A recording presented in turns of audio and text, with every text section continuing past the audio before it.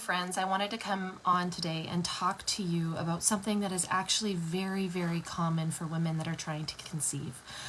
We know that a lot of women have to go to extreme measures to get pregnant these days, and that miscarriage is often a subject that we don't talk about. And so I thought during Women's Month that this would be the perfect time to share with you.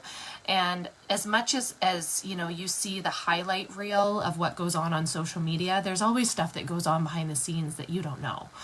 And some of you, this is going to be news to you, and you didn't, you work closely with me, and it's not something that we talked about, but I do believe in having this conversation from a scar after you've healed, instead of being in a wound and being sad when you have it. So I wanted to come on here today and share a couple of things with you guys that really helped me move through this, because honestly, it wasn't the first miscarriage that we had.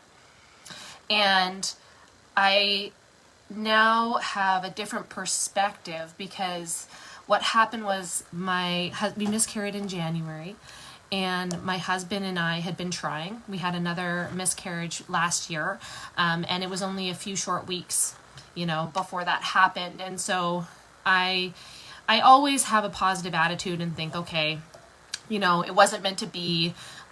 You guys must know that 1 in 3 women will experience, or 1 in 3 births, or 1 in 3 pregnancies will end in a miscarriage. Like, that's a very high number, and we don't talk about it often because we feel sad, we need to grieve, we feel shameful, we wonder what we did wrong, when really it just happens and it's part of nature. And so I'd really like to normalize this conversation and be able to help people from a place of being healed, and from a place that I was able to go through the grief of all of that. But what happened was, in January, the day after my husband's birthday, I went to have a routine ultrasound. I was still experiencing morning sickness. I was very, very tired, and I had to go to the hospital and have an ultrasound. And now in that ultrasound, you can't bring anybody with you because of what's going on in the world. I had to go by myself. And I had no idea that I had something called a missed birth. So what that means is my body still thought it was pregnant, but I lost the baby somewhere around the 9.5-week mark. I knew it was bad when I went in, and she didn't show me a heartbeat. And she said she needed to go get her boss from radiology. In all honesty, I was just really scared that something else worse was happening. And one of the first questions when my midwife got the report was, do I have cancer? Like, please just tell me I don't have cancer. She's like, you don't have cancer, but I have bad news. You've lost the baby. And a couple of things made that very, very difficult for me at the time. Number one, we had told our daughter. She has been begging me. She asks me every day if I have a baby in my belly. She wants a little brother. We told her she can't pick, but she really wants a sibling. And so we told her at Christmas. We had spent some time with Ryan's brother and sister-in-law and my sister-in-law, and it's very odd for me to not pick up a glass of wine or have a cocktail at a family dinner. And so we told them, and we told them with Izzy, and we thought it would be a really great moment for her, which it was. She was really, really excited. She held it as a secret until we made sure that we had everything under wraps, and I thought that we did. I was over 3 months pregnant when I found out, and I hadn't ever experienced a miscarriage that far along. So I didn't have any idea what my options were. I didn't know, what a DNC was. I didn't know, that there was a route that you could take medication and experience that at home, which is what I ended up doing. But it wasn't a pleasant experience. It was actually really, really hard. And the previous me would just shove everything under a rug and not deal with it, right? I would be strong. I wouldn't talk to anybody about it. I wouldn't do anything about it. And I'm so sorry, Erica. And I know that when you talk about it, I know that when you hear somebody else has a miscarriage, it takes you right back to the moment when you experienced it and you remember getting that information. And so a couple of things. Number one, I told my daughter, and so I was really worried about how I was going to tell her that we didn't have a baby, because she just turned 5. So, having that conversation was really, really difficult. But what I can tell you is that having really good support. So I had a midwife that walked me through that. And this is what I want to share with you, a couple of things that I want to share with you. But number one, if your child knows that you're pregnant and you lose the baby, that can be a really difficult conversation. But the best advice that I was given, because that was my priority, was I thought I was coming home to have a joyous conversation, tell all of our parents, tell all of our friends, and it was quite the opposite. And so I didn't know how I was going to tell her. And the advice that I can give to you that was the best advice that was given to me was that just speak the basics, just speak the basics and let them fill in the gaps with their questions. Okay, so I want to tell you, I want you to know that I'm from a place of peace right now, that, my heart is settled. I've taken the time to grieve, and I feel good about having this conversation because I know it's going to help a lot of other women. And so when I told Izzy, she came up to me immediately when I got home, and she ran up to me and she said, "Mommy, can I tell Derek and Catherine now?" Derek and Catherine are our tenants, and she's quite close with them. And I said, I just need a minute to collect myself. And so, one of the things that the midwife said is, don't hide your emotion, right? I didn't think that I would be having a conversation on empathy, grief, sadness. I thought I was having a joyous conversation. I'd come home and have a joyous conversation. But don't hide your emotions from your kids. Your kids need to learn how to manage emotions, and they need to know that they're okay to have, right? We don't need to bury it. I got myself into a lot of trouble, into a lot of anxiety by burying emotions in my life. And this is why I have the tools to deal with this now, because I was taught how to grieve. I was taught how to emotionally process so that things didn't get stuck. And for those of you that have grieved alone, for those of you that haven't told anybody and have had to grieve alone, you're allowed to cry. You're allowed to grieve. You're allowed to take that emotion and be upset and mad and angry, and you're allowed to process through that. But know in the end that there was something wrong with that baby that would have made it very difficult for them to survive in the real world. And so that's the reason that it's not here. It's part of life. And, everything on the planet goes through that. So when I talked to her, when I sat her down, I was crying. And I said, "I'm so sorry, baby, but the baby isn't there anymore." And she said, "What do you mean? Is it sick?" And I said, "No, it's gone." And so we live on a farm. We lost a dog a few years back. And I said, "So, you know how Stella went to heaven? The baby's in heaven now too, and the baby didn't get a chance to be born yet." And she said, she was crying, and I was crying, and I said, "It's okay to be sad. It's okay to cry." And over the next few days, she asked more questions. She said, she asked me again, "Is the baby sick?" She was really worried if the baby was sick. And I said, "No, it's just not there. It wasn't ready to be here yet." And she didn't have the concept of, 10 months of a gestational period. She didn't have any of that concept. But she seemed to process it a lot faster than we did. Stacey, I know that you understand this so much, and I send you so much love because I know that you lost your daughter. And I have a huge place in my heart for you for going through that.